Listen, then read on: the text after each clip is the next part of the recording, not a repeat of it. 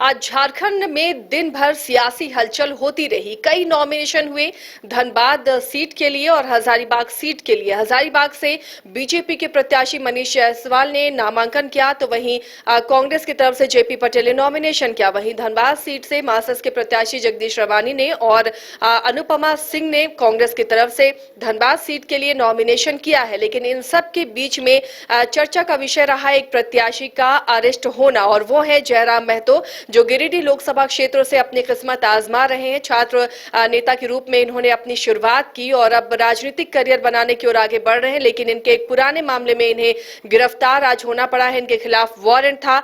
जानते हैं क्या ये पूरा मामला था और इस गिरफ्तारी के बाद क्या सियासी और हलचल हो सकती है, क्योंकि वो एक प्रत्याशी भी हैं। नीरज हमारे साथ जुड़े हुए हैं। नीरज, जयराम महतो जो खुद एक अब प्रत्याशी हैं छात्र नेता के बाद, अब उनकी गिरफ्तारी हुई है। कौन सा ये मामला था और इस गिरफ्तारी के बाद अब उनके आगे आने वाले दिनों में जो राजनीतिक करियर है उस पर क्या असर होगा? देखिए, स्थानीय नीति समेत कई मांगों को लेकर बीते जो वर्ष था 2022, उसमें जयराम महतो समेत जो अन्य छात्र नेता थे उन्होंने विधानसभा का घेराव किया था। और क्योंकि जब विधानसभा का सत्र होता है उस दौरान 100 मीटर के दायरे में, लगभग 1 किलोमीटर के दायरे में जो है धारा 144 लागू कर दिया जाता है और उसके उल्लंघन पे कहीं ना कहीं पुलिस जो है कार्रवाई करती है। और इन पर आरोप है कि उन्होंने धारा 144 का उल्लंघन किया है और लगभग 2 वर्ष बीत चुके हैं और 2 वर्ष के बाद जो है आज इनकी गिरफ्तारी हुई। हालांकि गिरफ्तारी पर सवाल खड़ा हो रहा है, इनके समर्थक जो है वो सवाल खड़ा कर रहे हैं, साथ ही जयराम महतो खुद सवाल खड़ा कर रहे हैं। उनका कहना है कि ये 2 साल पुराना मैटर है, ऐसे में अभी उनकी गिरफ्तारी करना गलत है। हालांकि ये भी बता दूं कि आज जब गिरफ्तारी करने रांची पुलिस पहुंची थी, नगरी थाना का मामला है और नगरी की पुलिस जो है वो पहुंची हुई थी, साथ में बोकारो की जो डीएसपी हैं वो साथ में थे और भारी संख्या में पुलिस बलों को वहां पे लगाया गया था। और जैसे ही समर्थकों को पता चला कि जयराम महतो को पुलिस गिरफ्तार कर रही है, तो भारी संख्या में जो समर्थक थे वो पहुंच गए डीसी कार्यालय के बाहर, जहां नामांकन दाखिल करने के लिए जयराम महतो पहुंचे हुए थे। जिसके बाद पीछे के दरवाजे से जयराम महतो को निकाला गया।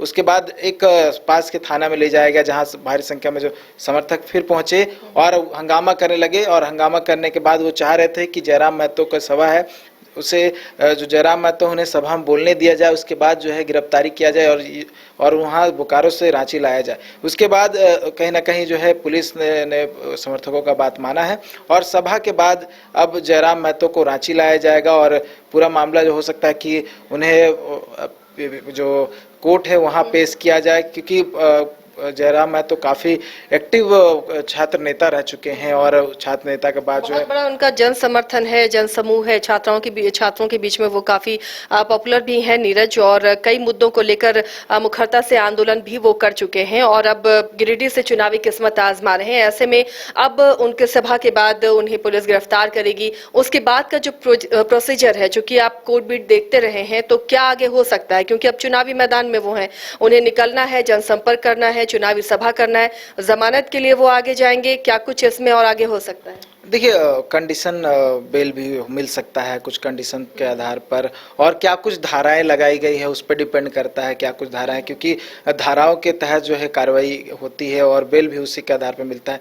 अगर हिरासत में लिए गए होंगे तो पूछताछ के बाद संभवतः जयराम महतो को छोड़ दिया जाएगा, और अगर गिरफ्तार कर लिए गए होंगे तो कहीं ना कहीं जो है कोर्ट का रास्ता उन्हें अपनाना होगा, संभवतः जो है बेल लेना होगा, तभी जो है वो बाहर आ सकते हैं। अमूमन इस तरह के केसेस में घेराव यानी कि धारा 144 का जब उल्लंघन होता है तो अमूमन जितने भी लोग रहते हैं या फिर नेता रहते हैं वो कोर्ट से बेल लेकर रहते हैं। लेकिन जयराम महतो पर जब ये कार्रवाई हुई थी, संभवतः उन्होंने इस बात का ध्यान नहीं दिया और यही वजह है कि 2 साल बाद जब वो बतौर प्रत्याशी गिरिडीह सीट से खड़ा है और अच्छे खासे उम्मीदवार माने जा रहे हैं और एक विशाल मतलब उनको मानने वाले लोग, उनको समर्थन करने वाले लोग हैं, ऐसे में उन्हें हो सकता है कि बड़ा झटका लगे, क्योंकि पुलिसिया कार्रवाई हो सकता है कि अगर जिस तरह से मैंने कहा कि अगर कुछ कड़ी धाराएं लगाई गई होंगी तो जेल से आना, थोड़ा बाहर निकलना जो है दिक्कत हो सकता है। तो जयराम महतो के लिए अभी कठिन घड़ी कह सकते हैं, क्योंकि चुनावी माहौल है और जनसभा को भी संबोधित करना है लगातार,